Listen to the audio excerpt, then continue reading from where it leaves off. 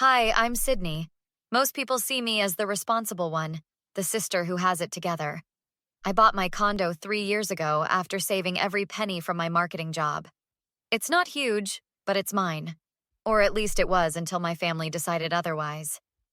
You've outdone yourself with the decorations this year, my best friend Megan said, lounging on my sofa. Christmas was still 2 weeks away, but my place looked like a holiday catalog. Thanks. Mom and Dad are coming over tomorrow to see it. They're bringing Lauren, too. I rolled my eyes. Your sister? I thought she was still in California pursuing her acting career. Megan made air quotes with her fingers. Apparently it didn't work out. Again. She's been staying with them for the past month. I handed Megan a mug of hot chocolate. Dad mentioned something about helping her get back on her feet, which usually means throwing money at her problems. Classic Lauren. Megan took a sip. And classic your parents. Tell me about it. I had to work 3 jobs to save for this place. Lauren gets a free pass every time she fails. The doorbell rang the next afternoon, and I plastered on my best smile before opening it. Mom immediately hugged me. Dad patted my shoulder awkwardly, and Lauren barely looked up from her phone. The place looks lovely, sweetheart, Mom said, glancing around, though I've always thought this space could be utilized better. Dad wandered toward the kitchen. Mind if I grab some water? Go ahead.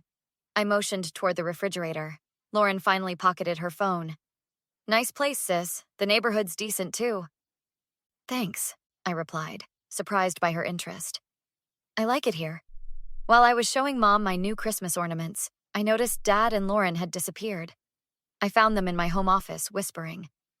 It makes perfect sense, Dad was saying. Sydney's barely here with all her work travel, and Lauren needs stability. But will she agree? Lauren asked. We'll present it as a temporary arrangement at Christmas. Once she's back from her New Year's work trip, Lauren will be settled in. She can't say no then. And I'll pay rent eventually, Lauren added unconvincingly. I backed away silently, heart pounding. They were planning to move Lauren into my condo while I was away for the holidays? Without even asking? When they returned to the living room, I maintained my composure, serving cookies and making small talk, all while my mind raced. Sydney, you seem distracted, Mom observed. Just work stuff, I lied. Big project before the holidays. You work too hard, Dad said, patting my hand. Family should come first sometimes. The irony nearly made me choke on my cookie. After they left, I immediately called Megan. You won't believe what I just overheard. They were going to do what? Megan's voice blasted through my phone speaker the next morning. Move Lauren into my place while I'm gone for the holidays, I repeated, pacing my kitchen. They didn't even plan to ask me first. That's insane. It's your property. You paid for it. Apparently that doesn't matter. Lauren needs stability, whatever that means. What are you going to do? Megan asked. I'm not sure yet, but I'm not letting this happen. Later that day, I called my neighbor Ted, who had always been friendly with my parents when they visited. Hey, Ted, quick question. Have my parents mentioned anything to you about my sister recently? Ted hesitated. They might have asked if I had a spare key to your place. Said something about checking on plants while you're away. I don't have any plants, Ted.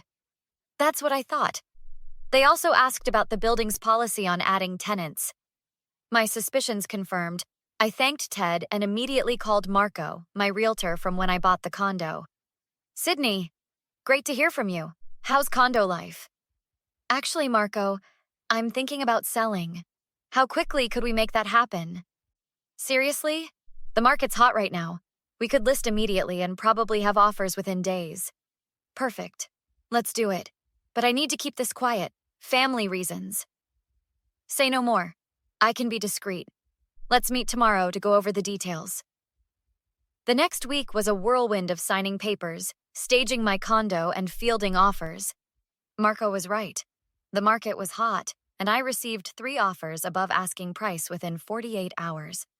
While packing some boxes, I got a call from my mother. Sydney, honey, Dad and I were thinking about Christmas this year. What about it? I kept my voice neutral. Well, Lauren's been having such a tough time. We thought it might be nice if she could stay at your place while you're on your work trip. Just until she finds something permanent. And when would that be? I asked, gripping my phone tighter. Oh, you know how these things go. A few months, maybe? It would be such a help to her. I see. And were you planning to ask me before deciding this? Mom laughed nervously. Of course, dear. That's what I'm doing now. It sounds like you and Dad already made this decision without me. Now, Sydney, don't be difficult. Family helps family. Your sister needs this. And what about what I need, Mom? Has anyone considered that? You're doing well. You have a stable job, a lovely home. Lauren has nothing right now. That's her choice, not mine. I took a deep breath. I need to think about it. There's nothing to think about. It's the right thing to do. After hanging up, I called the buyer I'd selected, a young professional named Jenna who could close quickly, and confirmed we were moving forward. They're here, Megan whispered, peeking through my blinds. It was December 23rd, and my parents' car had just pulled into the visitor parking. Is Lauren with them? I asked, straightening the Christmas tree. Oh yeah, and she's got bags, lots of them. I took a deep breath. Okay, showtime. When I opened the door, Dad was already hauling a large suitcase while Lauren directed him. Mom carried a box labeled Lauren's room. Sydney, Mom exclaimed with forced cheerfulness. Merry Christmas, darling. Merry Christmas, I replied, stepping aside to let them in. What's with all the luggage? They exchanged glances before Dad cleared his throat. Well, we thought we'd help Lauren get settled while you're here. Make the transition smoother. Transition? I asked innocently. You know, for when she stays here while you're away, Mom said brightly. Right, about that. I motioned for them to sit down. I've been meaning to tell you something. Lauren flopped onto my sofa. Nice tree. Maybe we could add some of my ornaments? Make the place feel more like home? That won't be necessary, I said firmly. Because this won't be your home. Sydney, Dad began, his tone warning. We discussed this. No, you discussed this. Without me. You made plans to move Lauren into my property without my permission. It's only temporary, Mom insisted. Until when? Until she fails at her next venture? Until she decides she doesn't want to pay rent anymore? That's not fair, Lauren snapped. I've had some bad luck. Bad luck or bad choices? Because from where I stand, it looks like choices. We're your family, Dad said, his voice rising. You can't just turn your back on family. Funny how that argument only applies when Lauren needs something.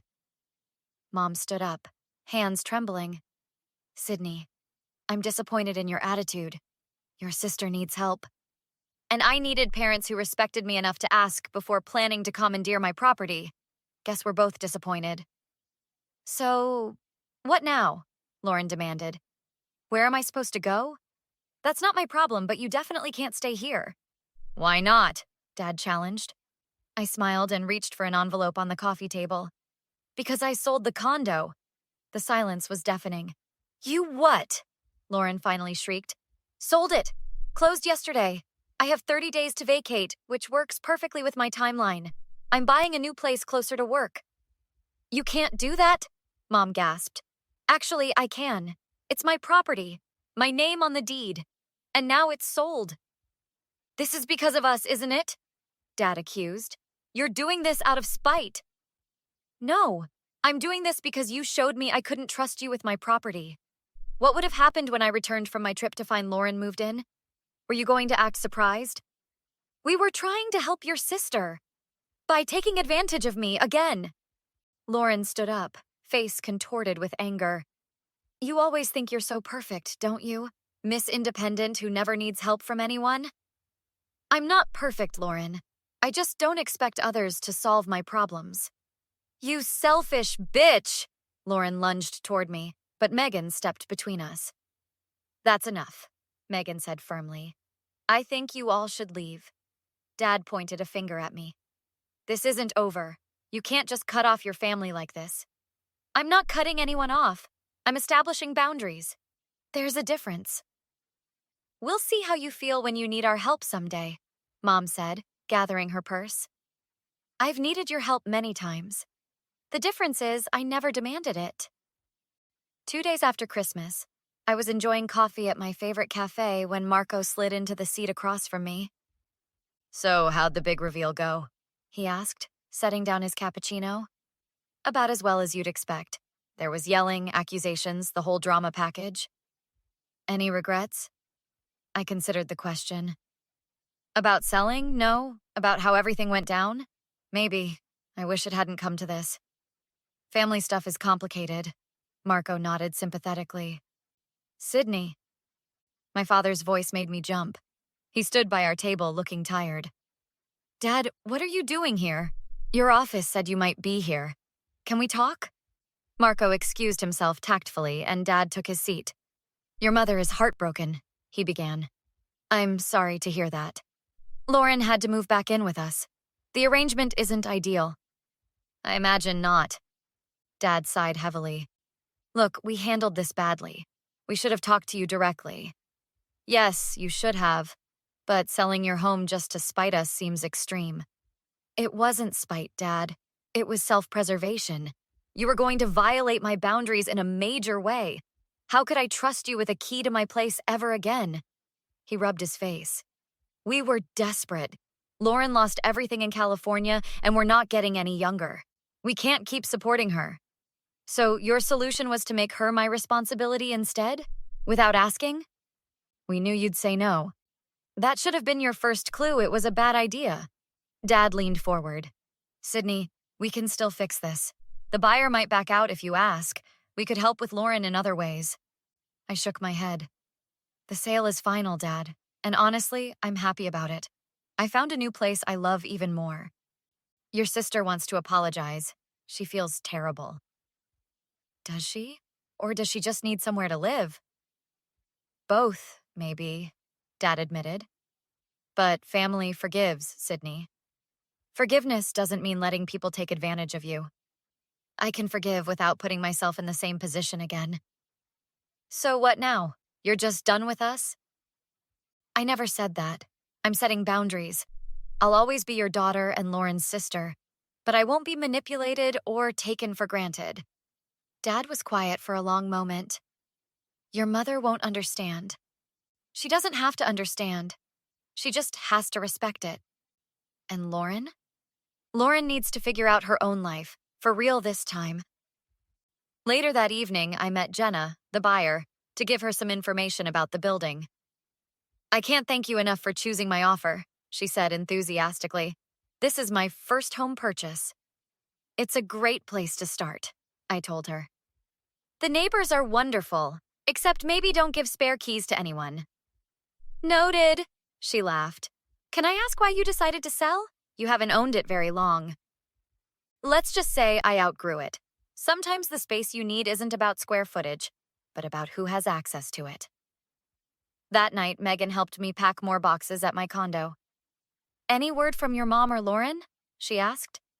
Radio silence. Dad says they're processing. "And how are you feeling about everything?" I taped up a box before answering. "Lighter, actually. Like I finally stood up for myself." "Do you think they'll ever understand why you did it?" "Maybe not. But I understand, and that's what matters." "So what happens next? With your family, I mean." "I don't know. Ball's in their court. I'm not shutting the door, but I'm also not leaving it wide open anymore." "And the new place? When can I see it?" "Closing next week. It has a guest room. A real one, not my office with a futon." "For visitors you actually invite," Megan added with a grin. "Exactly." I sat back on my heels. You know what's funny? They thought I was being selfish, but they were the ones trying to take something that was mine without asking. Sometimes the people who accuse you of selfishness are just angry you're not prioritizing their needs over your own. "When did you get so wise?" I asked, throwing a packing peanut at her. "I've always been wise. You were just too busy buying and selling condos to notice." We both laughed, and for the first time since overhearing my parents' plan, I felt completely at peace with my decision. Do you ever wonder what you would do if you caught someone planning to take advantage of your generosity?